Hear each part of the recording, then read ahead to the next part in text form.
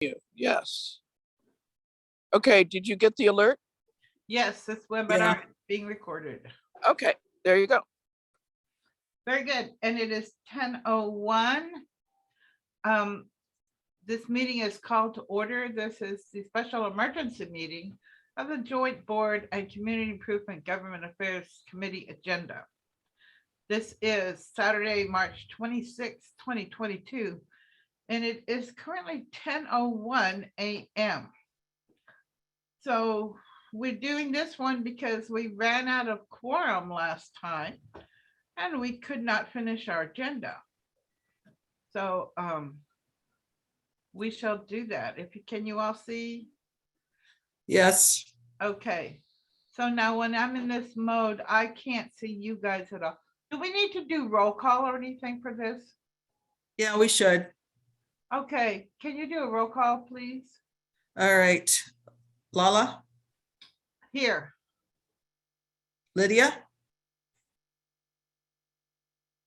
Okay. Cindy. Yes, I'm here. Okay. And Carol, I'm here. So you have quorum.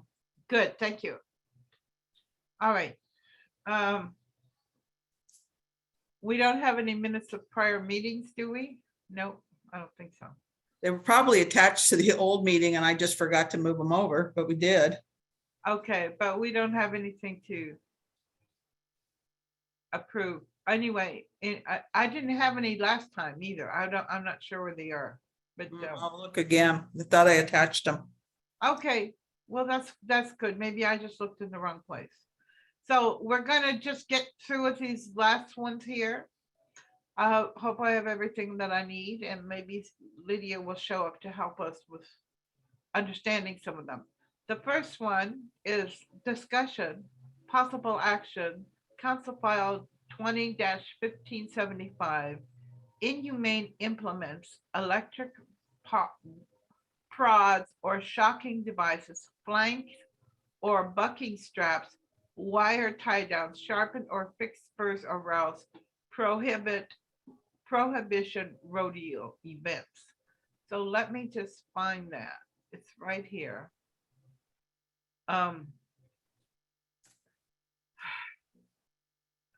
So it is my understanding that these things that are being prohibited are basically, they're doing this to shut down the rodeos, and that these things are already have not been being used for years.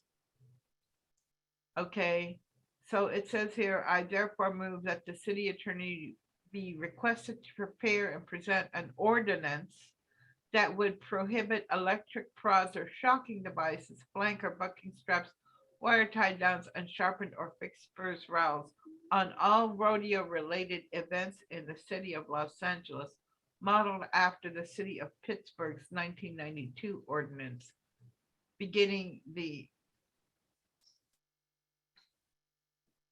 aforementioned or banning the aforementioned implements. Okay, so the only thing they're using currently is rope, which they kind of have to use.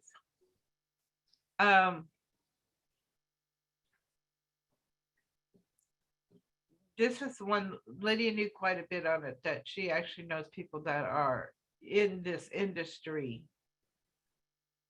And it is an industry. It's not just a show. It's the rodeo is presenting what they do in their work, in their line of work. So having a rodeo then be hassled and everything, this is basically to shut them down. For Lydia, that gives them a more opportunity to buy up or snatch up parcels, because they're under such a heavy demand for new housing, because the state has demanded that each section of each county do so many housings, and it's like an outrageous, it's like over 1 million new houses need to be done in Los Angeles, and Anyway, so this is supposedly part of why that this is, so that they have an additional way to pull in this land that has been being used for animal husbandry. Now, so that you know what the motion is, but I didn't get I didn't get a motion. Do I have a motion? Motion for what? I mean, to support this or not? I can't, I really have a hard time hearing. I'm sorry. I'd like to get a motion to not support it, because this is just hassling these people that already are not doing this. Oh, then I'll make that motion. Okay, thank you. Do I have a second? I'll second. Okay, I'll second it. Okay. Okay, great. Okay, so I heard what you said, and do we have any are there any support or non-support of this by our neighborhood councils? Do you know? I don't know what the other neighborhood councils have done. The person that brought this to our attention is in Shadow Hills, but I don't know what the neighborhood councils have done.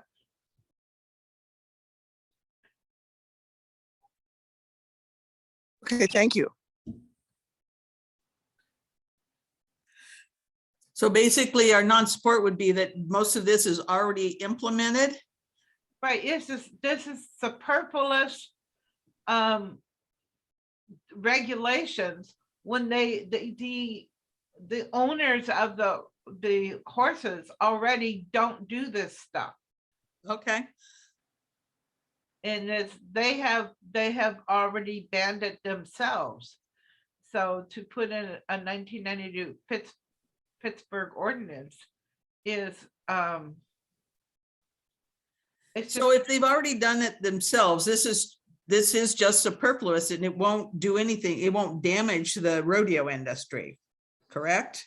well, it's my understanding that I mean, I don't know what the ordinance is gonna say, but it's my understanding that what they feel, this is per Lydia, what they feel is that they're being hassled and being forced to shut down. Oh, okay. Well, that would make perfect sense. Yeah. Because if we got rid of all the horses, then we'd have more land to build. Yeah, to build on. Yeah. Okay. Okay, so that's what this is all about here. Okay. Do we have any, I can't see, do we have any public to comment? Judith Quinones has her hand raised. Okay, Judith, Hang on. I can't see. How many public do we have there? It's okay. I asked her to unmute. Okay. There you go. Hi, everybody. If I just want to say, if it is superfluous and they're already not doing it, then it would have no effect on the rodeos, right? Like, unless the city is invoking eminent domain, they can't come in and take parcels of land from people who own them. So if the folks who own the horses, and I don't even think there's that many rodeos happening in the Shadow Hills area. So if they've already stopped using this stuff, in my opinion, it doesn't hurt to have the ordinance in place so that folks who are coming in from outside, you know, have a clear understanding that we don't do this here. So that's my 2 cents. Thank you. Do we have any other comments?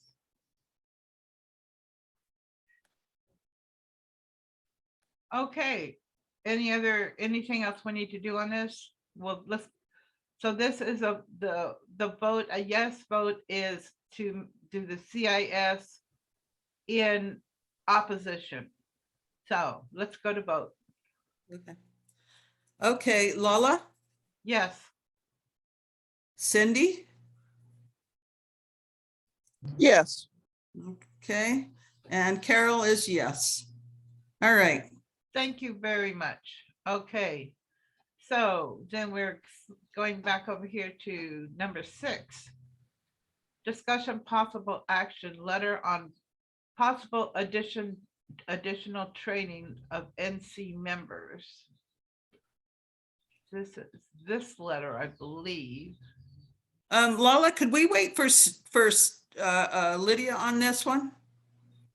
Okay, unfortunately, I think we need to, because we definitely need Lydia for 7. We can Yeah. jump down to 8. Okay. Let's go over to 8.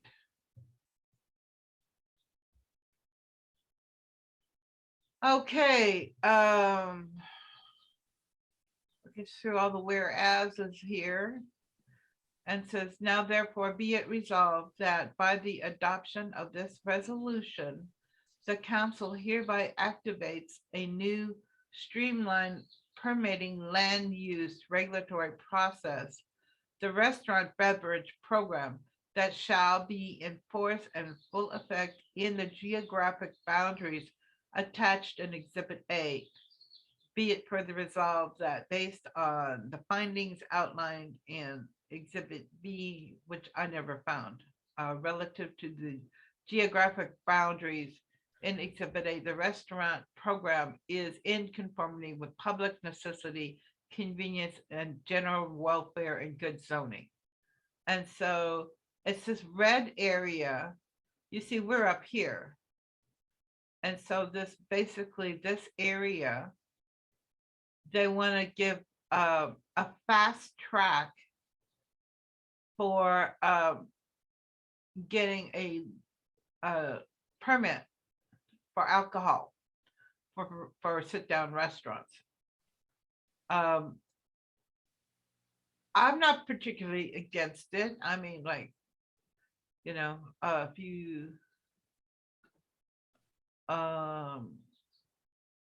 So Lala, yeah, when you look at the map, because I looked at this earlier and I can't, if you see over to the upper right hand, there's a red triangle. I mean, could that possibly be our area in there? no, we're here. See, here's the 210. Here's Sun Valley. That's Sun Valley. So this is the 5 freeway, right? So it's further east. Oh, I see what you mean. That's Sun Valley. It's very hard to read because it's so, yeah, I tried expanding it and it's very hard to read. What's the date on this Oh, motion? this is Latuna Canyon Road right here. Okay. So we're still up here. Okay. What were you saying? The date on the motion? Yeah, at the top.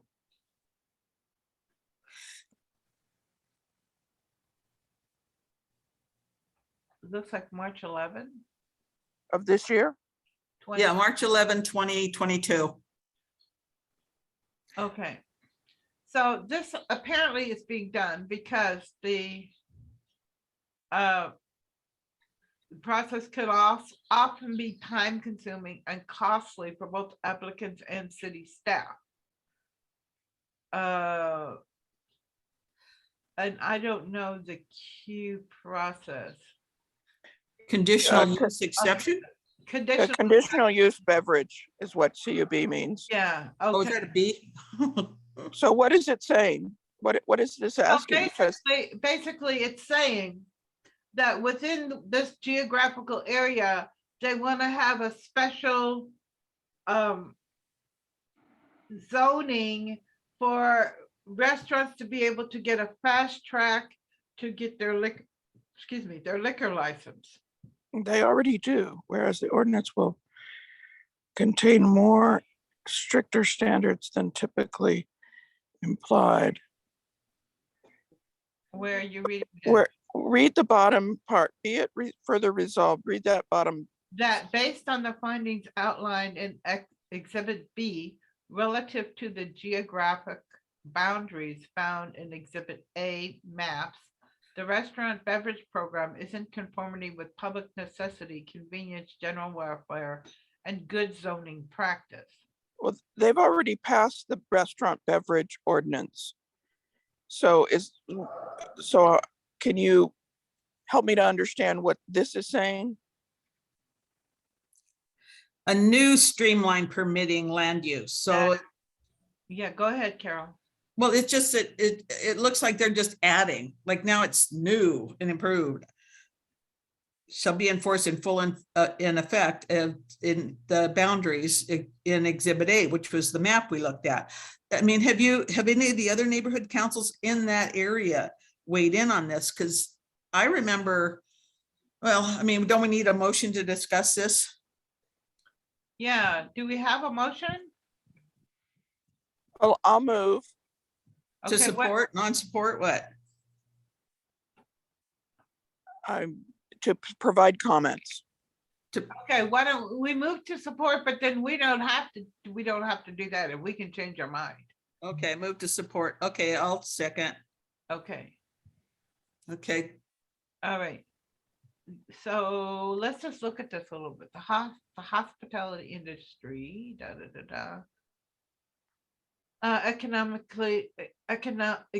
economy employing 380,000 and generating more than 200 million tax revenues to the city prior to the COVID-19. And under Los Angeles Municipal Code can only be permitted to sell alcohol by obtaining conditional use permit or meeting the eligibility requirements for conditional use exception. And whereas the cut process can often be consuming and costly for both applicants and city staff, and resources hindering entrepreneurs' ability to create and expand their businesses, and whereas few restaurants are eligible for and have utilized the queue process, and where a city recognizes the public health and economic impacts of COVID-19 pandemic, and further appreciates the need to facilitate temporary zoning relief to support the local economy and livelihood of those living and working in the city. And whereas the city intends to create a new streamlined process as the restaurant beverage program for sit-down restaurants only, and as an alternative to the cup and queue process to remove economic and time constraints and promote economic development. And whereas the ordinance will contain more and stricter standards than those typically imposed during cup or queue process, and will require participating restaurants to be subject to enforcement procedures. And I wonder what those are. And the city has under. Okay, Yeah. so here are some thoughts. The biggest issue with these types of applications is the immediate neighbors surrounding a location. Right. That's the number one. The community wants more restaurants and welcomes this type of thing when served with food. What happens is a lot of people start off and they end up becoming bars. So there needs to be the full and complete process, because sometimes the locations are on a corner, which brings in a whole nother aspect of this as well. You have music, loud noise, hours of operation, parking is another one, because what happens is people will park on the side streets where people live, and it causes a problem because all of our corridor, our commercial corridor, abuts residential, whether it's apartments or homes. So I don't know what the streamlined process is describing here in this. They already have a streamlined restaurant beverage ordinance that we supported and already passed, that if the business entity can adhere to all, I think there's 30 different conditions, and without any variances, then they can get their restaurant beverage permit. So I don't know, I'm not catching what this is trying to achieve. If someone can explain that to me, that'd be great. Otherwise, I think this could possibly open up some difficulties, especially in our area. So that's why I say it maybe would be wise to submit comments for them to consider as this goes through the process.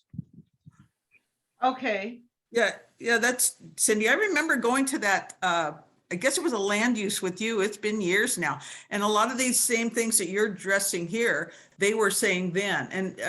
And then it wasn't so much for our area because we really don't have an overabundance of restaurants or whatever. But a lot of these areas were complaining about these very same things.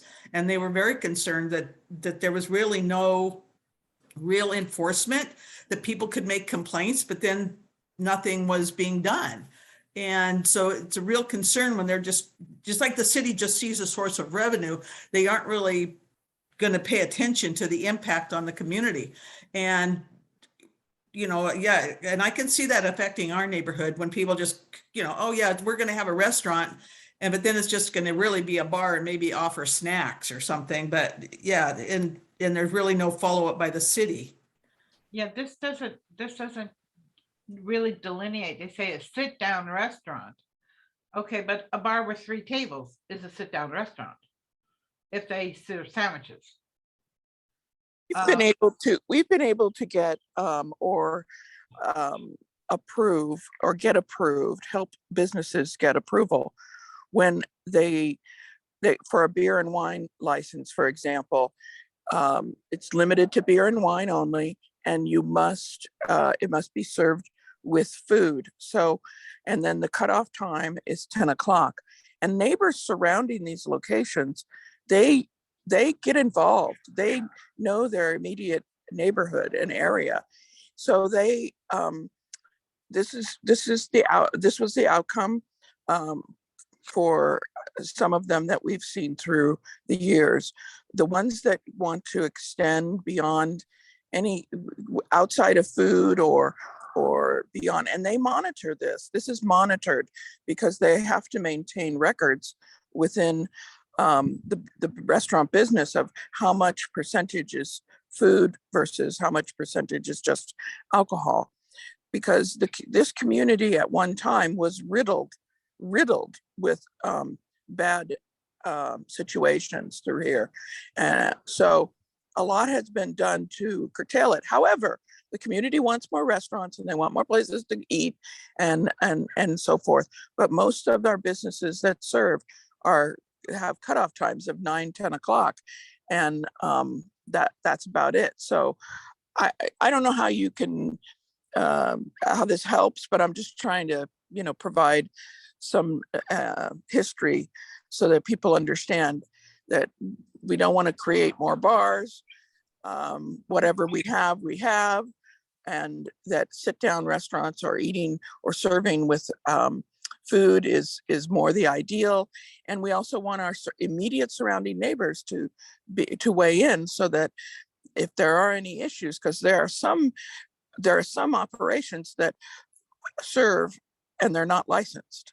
And then, like Carol was saying, enforcement is something we in this more outlying area have limitations on, and who does the enforcement. And you have to complain to get enforcement, and nobody wants to complain, at least not everybody. Okay, thank you for letting me give you some history. Okay. Well, actually, the land use is our land use is hearing complaints about things like this. So if I knew that there was some kind of enforcement, I just think the city's just drooling over money here, and they're, unless they're providing a way of how this will be enforced, I just really think, I really am hesitant about this. I mean, I want more not bars. I want more restaurants that, and I want to have a glass of wine with my dinner, but I don't want, like our retail corridor is right, in front of houses. So we have to be very careful with just allowing just this open door policy and having, places. Yeah. Let me tell you one more thing. What we are also seeing is that that places have become private clubs.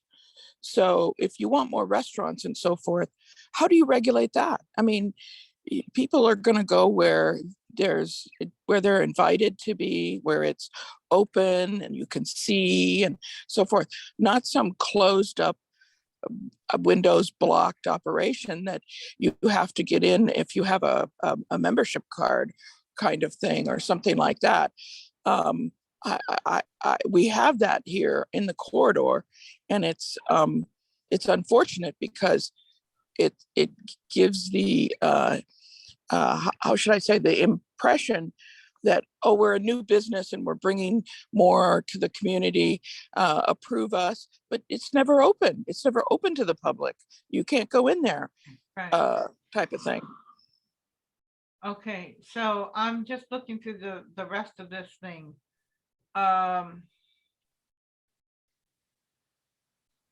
It seems like if they're going to streamline it and make it faster, then they have to have better enforcement in place.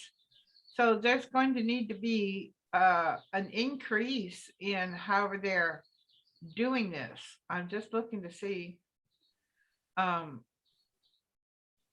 it doesn't give any details of how it will be enforced. And I don't know what actual true impact this has. Of course, you know, if you have a restaurant that, you know, let's like a dinner type place and they want to do beer and wine, well, we already have a fast track for that. If they want to do additional alcohol beverages, and it says here, if they control restaurant that repeatedly violate RVP's provisions will be suspended from the program and required to obtain a cup to continue to sell alcohol. So That means it's repeated. Well, they have to do several violations and be caught several times. That's just like a lot of extra added work. I don't know that this does anything except get some more alcohol being sold faster.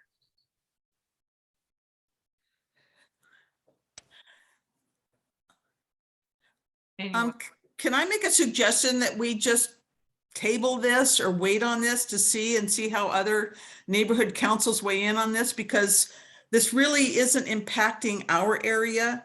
And I would rather be supportive of the neighborhoods that are affected by this. all mean- right. Yeah, I tend to agree because Well- we're up here and we don't seem to be in the red. I'd like to suggest that you just refer it to the land use committee and let it have more discussion there. Okay, do we need to vote on a referral? Sure, why not? Okay, So we So- make a motion to refer this to the land use? very good. Thank you. Do I have a second? So I'll make the motion to refer this to land use. Yes. And do I have? Okay, and I'll second it. Okay. Okay, good. All right. So with that, do we have any other comment on the motion before I go to public comment? No, I see Judith has her hand raised. All right, Judith. All right.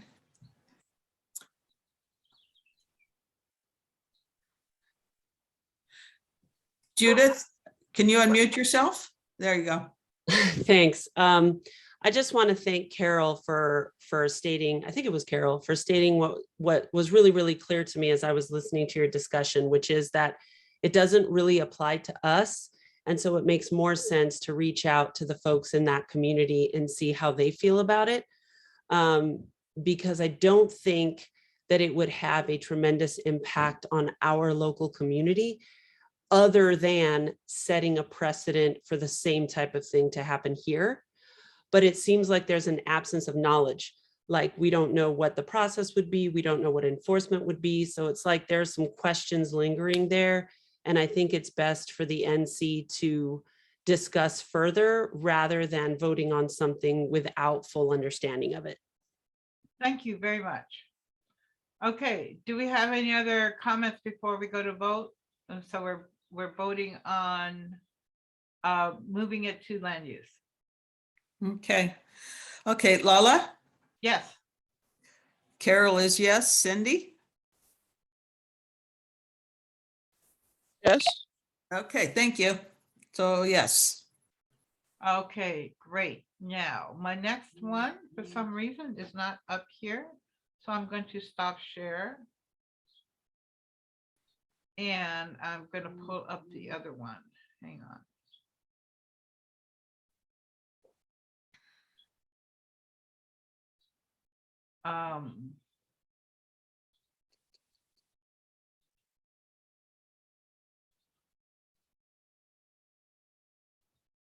Okay.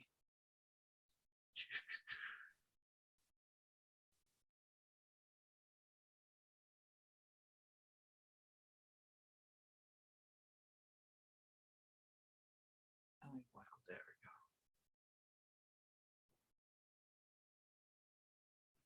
we go. Oops. Why did it? Oh, no, it did that. Okay, it's here. All right, so let me just jump over here and read the point. Discussion possible action, Council File 220176. LA Wildlife Education and Rehabilitation, LA Wildlife Education and Rehabilitation Center, Wildlife Protection Care, potential site identification. Okay. Okay, so this is primarily discussing animal care wildlife that is being wildlife intakes that happen in Los Angeles area. And this is that the City Council direct the Department of General Services and the Department of Recreations of Parks, along with Los Angeles Zoo, to report within 60 days with potential locations that could meet LA Wild's facility requirements for LA Wildlife and Education. So it looks like we probably would do a motion for this. And then we can just go through the details and see what it actually is. Do I have a motion on this? Well,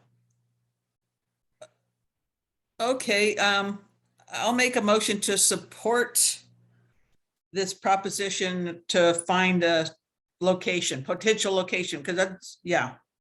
Make a motion to support this council file.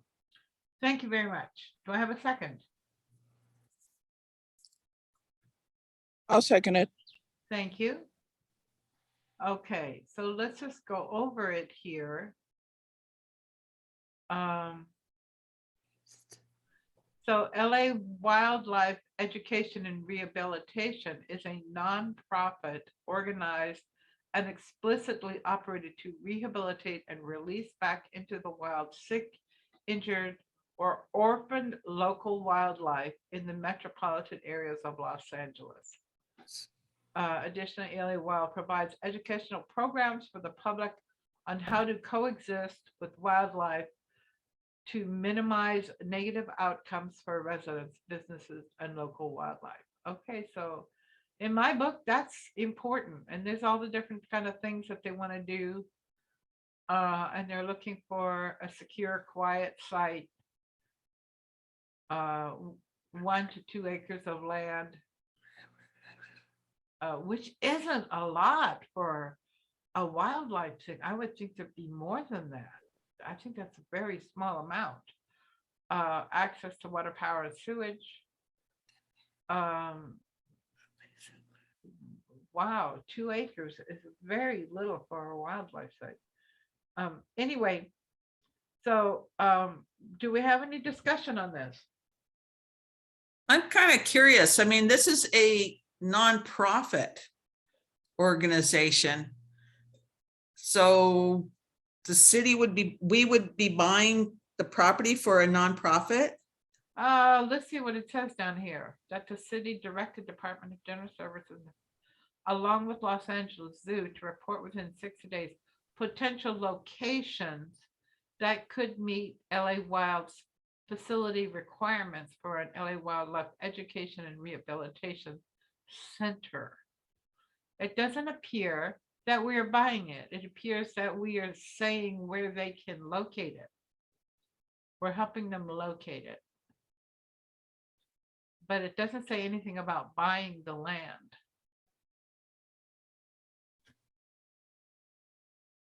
So yeah, I mean, this is just kind of confusing because this is a nonprofit that's looking to secure this property. So basically they're asking the city to find it for them.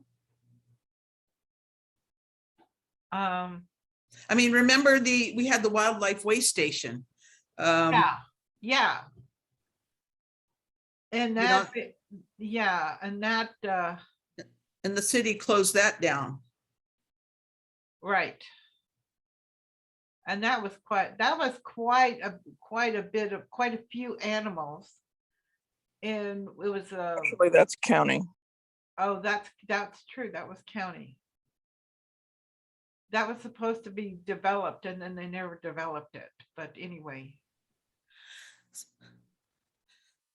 So, I mean, I don't really have a problem with them, with the city helping this nonprofit to scout for property, but I just wonder what happens after that.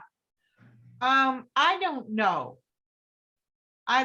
But especially since we don't have a wildlife waste station anymore, we actually don't have a place to handle these actual wild animals.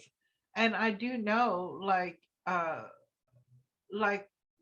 when there's excess raccoons, you know, they get euthanized.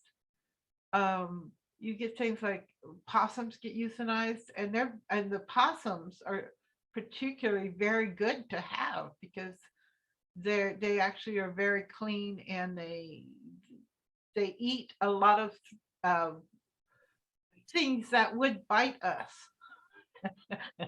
They're very actually good to have in the environment. But we also have like pumas, you know, your mountain lions and stuff. And we have, of course, we have coyotes that kind of take care of themselves. But some of these things are fairly delicate in how they do need to be helped from time to time.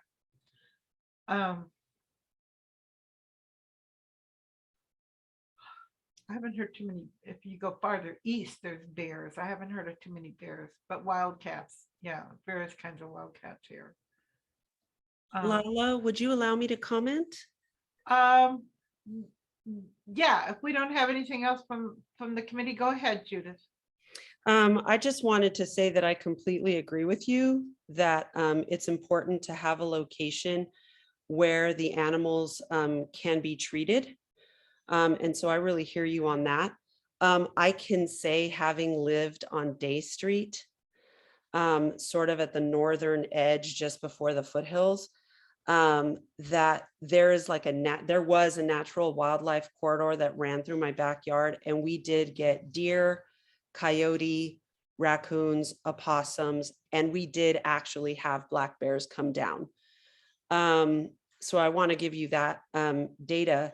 And also, I don't know if the members of the committee are aware of the Silmar Wildlife Preserve, but it's a great place where they rehabilitate animals and also provide a lot of education to the public. And they're able to generate revenue for servicing the animals. So I think it's okay. It makes sense to me that LA Wild might not know where they can buy or where they should go. So if the motion is just saying, we'll help you find a site, I think that's a pretty decent thing to support. Yes, thank you, Judith. Okay, so I don't see anything wrong with this. If nobody else has anything that they want to say about it, we should go to vote.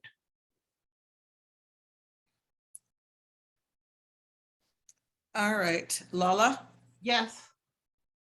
Cindy, Yes. and Carol, yes. Okay.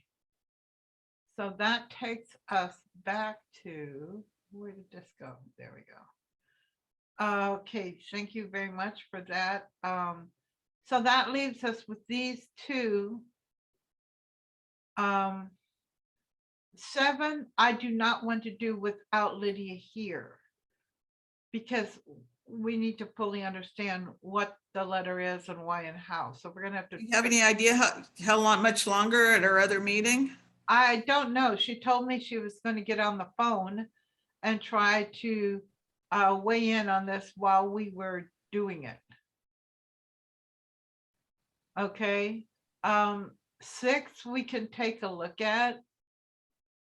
We'll look at 7, but I don't know that we're going to be able to. I don't have the some of the details. So this is a letter. This is number 6. This is a letter that was received from, I think this was,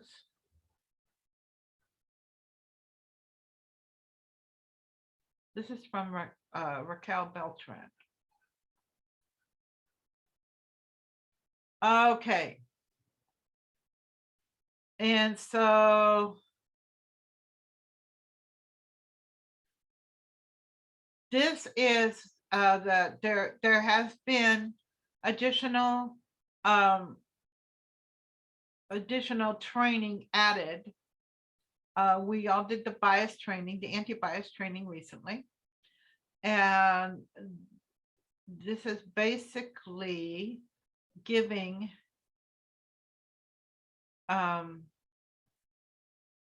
to continue the implementation of mandatory diversity, equity, inclusion training and anti-bias, gender expression and gender identity training for all members of Los Angeles neighborhood councils as described in this report. Requests at the Office of the City Attorney in consulting with the Department of Neighborhood Empowerment and any other relevant department to prepare and present an ordinance amending the administrative code to require neighborhood council board and committee members to complete the training on implicit bias developed for city employees. So this is what we were talking about like last month. It's like, well, it's going to come to the committee members. Okay. Request the Office of the City Attorney in consultation with Department of Neighborhood Empowerment and any other relevant department to prepare and present an order authorizing the Department of Neighborhood Empowerment to promulgate all procedures, rules, and regulations, as well as issue any directives or moratorium necessary for the resolution of any challenges to current and future required training for neighborhood councils. What does that mean? Okay.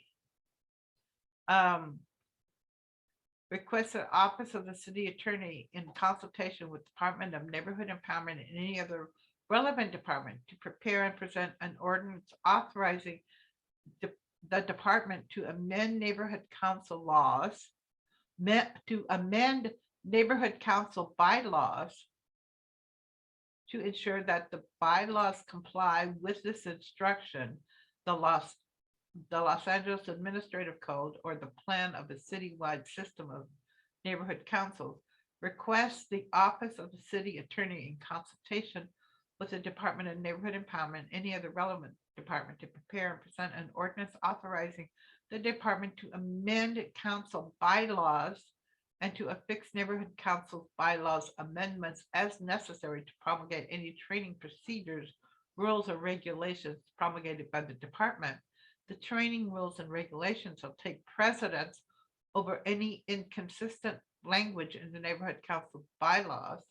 Request the Department of Neighborhood Empowerment and the Office of City Clerk to provide a report describing the training currently provided to the neighborhood council system and the recommending of what training, if any, should be made mandatory by ordinance. Okay, so do I have a motion on this?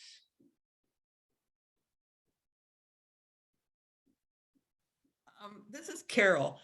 Now, see, this is why we needed Lydia. I would like to say that I would make a motion to move this forward, to put this on the general board for the general board to vote on. I know that Lydia is working on a response, and I know that she's in another meeting. So I would make a motion to move this forward to the executive committee for it to be moved to the general board. Is that? Well, yeah, it would anyway. It's like if we move it, if we vote on it, then the executive committee is going to put it on the agenda and we will vote on it and we will go over it in detail. Okay. So that's, I make a motion that we move this, we forward this to the executive committee. I'll second it. Okay. Now that we've got the motion on the floor, you know, if they want us to do different trainings and stuff, I mean, I don't have a problem. You know, it's giving us just more to do. It seems like they're giving us just lots of stuff that's extra and lots of a little regulation here and a little regulation there. But what actually concerns me is that this gives Dunn the right to change our bylaws and pretty much anything that they want to say, it takes precedent over anything that we have voted for our own bylaws. I That, mean, yeah, I'm sorry, go ahead. that alone, I mean, okay, yeah, we don't want to have all these biases and problems and stuff. You know, that's fine. That's fine. But the fact that they want to mandatorily change our bylaws when we're supposed to be an independent council that's recommending based on what we get from our community, you know, to be the voice of our community. And I think that this just ties us in knots that we don't know what those knots will be, but they're going to be have ordinances that we have to have bylaws that read this language, not that, will take precedence over any inconsistent language. So No, I agree. I mean, I agree. I just don't, I thought the neighborhood councils were independent and we were in the city charter to be the voice for our community. And that Dunn and Bonk are there to assist us. Now the sudden position seems to be reversed, that this would be a total power grab by Dunn and put us where we're just basically at Dunn's whim.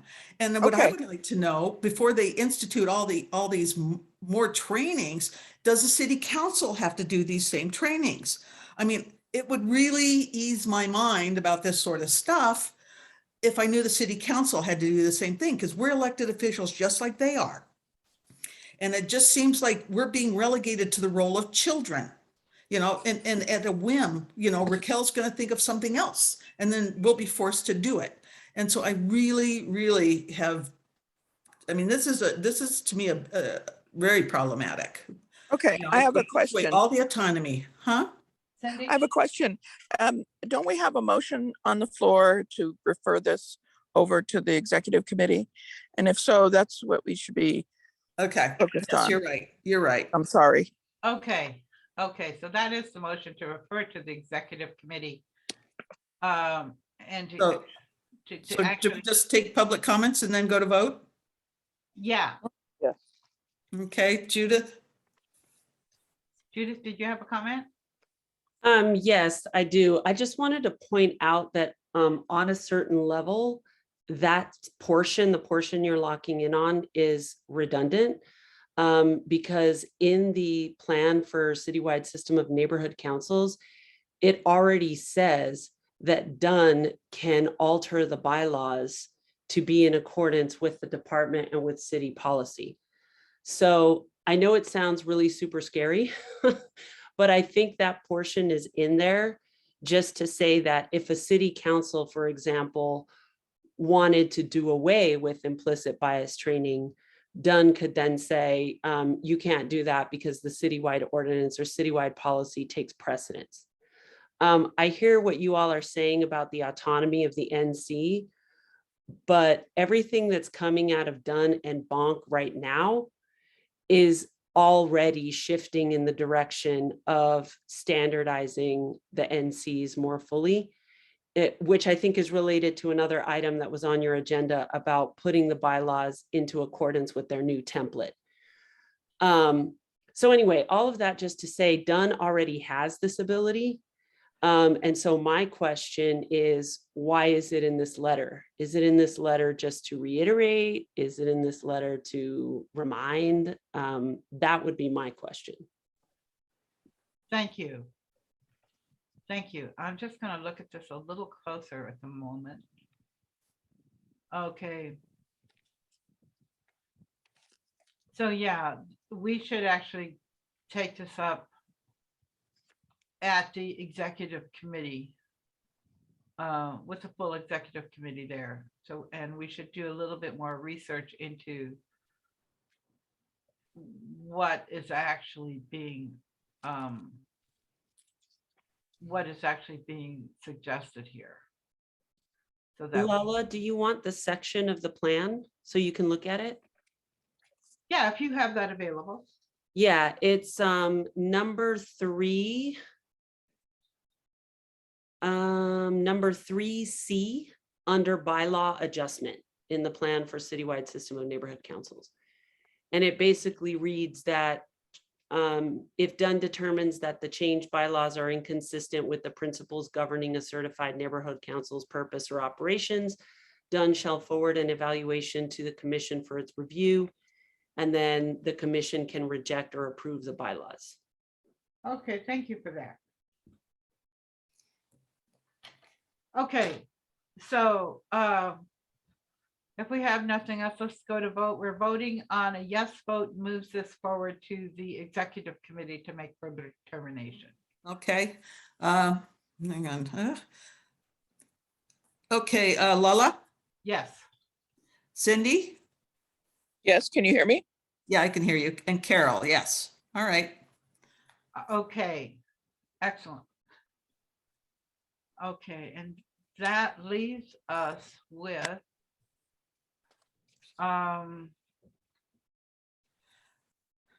number 7, which I do not want to go over without Lydia, because she has the background on this letter that the rest of us did not see. I just saw it when I did this. So Lala, yes, can I make a motion that we move this forward to the executive committee? move it forward to the executive committee. I think it's good. Anybody else have any comment on this? No, I'll second it. Thank you. Okay. Okay, so All right. So do we have any other discussion on this?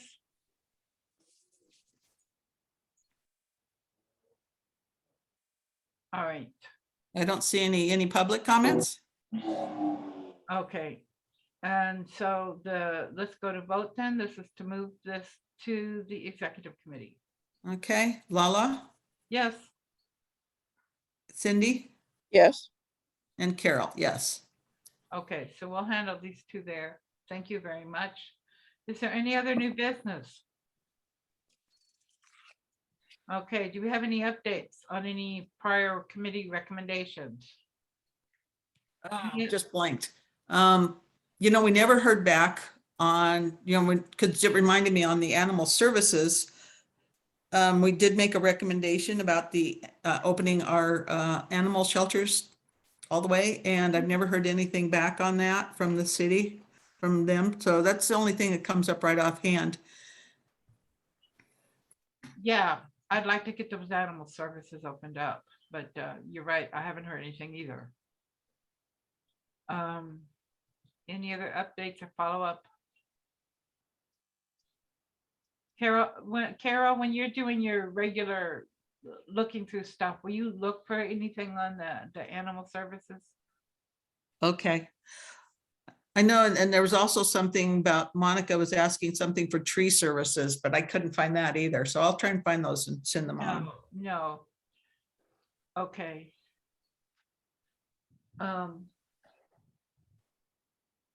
Very good. Okay, general public comment. Judith. Oh, you're cut out. Hello, can you hear me? Yes. Okay, I just wanted to suggest that this committee consider agendizing some of the council files and motions related to issues of concern to the residents here. For example, there are several council files related to Project Room Key, Project Home Key, and housing that's coming into our area. And there's been a lot of discussion of those in the Facebook groups, but it seems like as this is the body that is supposed to represent the community, it makes sense that those things should be considered here. And so I just wanted to suggest that. Well, thank you very much for bringing that to our attention. I appreciate that. Do we have any other comments? Okay, so with that, it is 10. So, Go ahead. can you hear me, Lola? Yeah. Yes, go ahead. Then to submit them to you? Can they submit them to you or to Carol? That way they won't get missed or forgotten. Yeah. And then what is the date of the next meeting? Is it April 15th? Let me look. It's supposed to be the third Thursday. Yes, that's April 15th. Oh, good, tax day. No, tax day is not till the 18th, but until the following Monday. But anyway, it's close enough. Yeah. Thank you. Okay, so that's the next meeting is going to be April 15th. Why does this say next committee meeting, April 21st? But it would be good to submit any agenda items to you and to Carol so that they can be placed on a future agenda. Thank you. Yeah, Thank you. yeah, because There's some things that breeze through these days that we don't get alerted to. I know some of them are going so fast, they're already, yeah. yeah, there was a few that were by the time we found out they were council files, they were already being voted on, but that's, that's what it is. And in any assistance in getting things onto the agenda is appreciated. Because otherwise we just miss them and we don't like to do that. All right, any other comments before we end off here? All right. I'm so sorry. I just had one question. Did you guys already vote on the copper wire? Oh, did where they is just that? want- Oh, I'm sorry. Thank you, Judith. Where is the copper wire? Oh, that was on the other meeting. See, Right, yeah, that's what I don't think it was on this one. I think it was on the other one, but I didn't know if you guys had come to a decision about it. Yes, we did. I believe, this isn't for sure, but I believe that we voted to support that measure and actually to beef it up a little bit even, because we do need to get the copper wire handling done. We have several parts of our community that are in the dark now. And that's not good. Yeah, okay, thank you for the update. Okay. Thank you for a great meeting. Yes, and thank you all for coming and for this very quickly put together to finish this up. I really appreciate your help. Okay. And it is 10:59 and this meeting is adjourned. Thank you very much, everyone, for coming. Thank you. Thank you. Thank you.